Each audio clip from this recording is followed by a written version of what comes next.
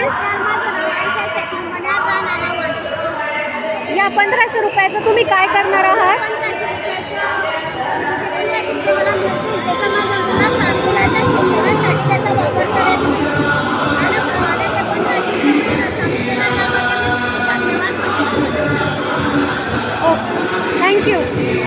आले ताई आपण साड शेंगी तुम्ही या 1500 रुपयाचं काय करणार आहात? नक्की साजरी करणार. थँक्यू. कुठून आलेत आपण? कुठून आले आहेत आपण? वराडवरून. या 1500 रुपयाचं तुम्ही काय करणार? शिक्षणाला वापर. थँक्यू.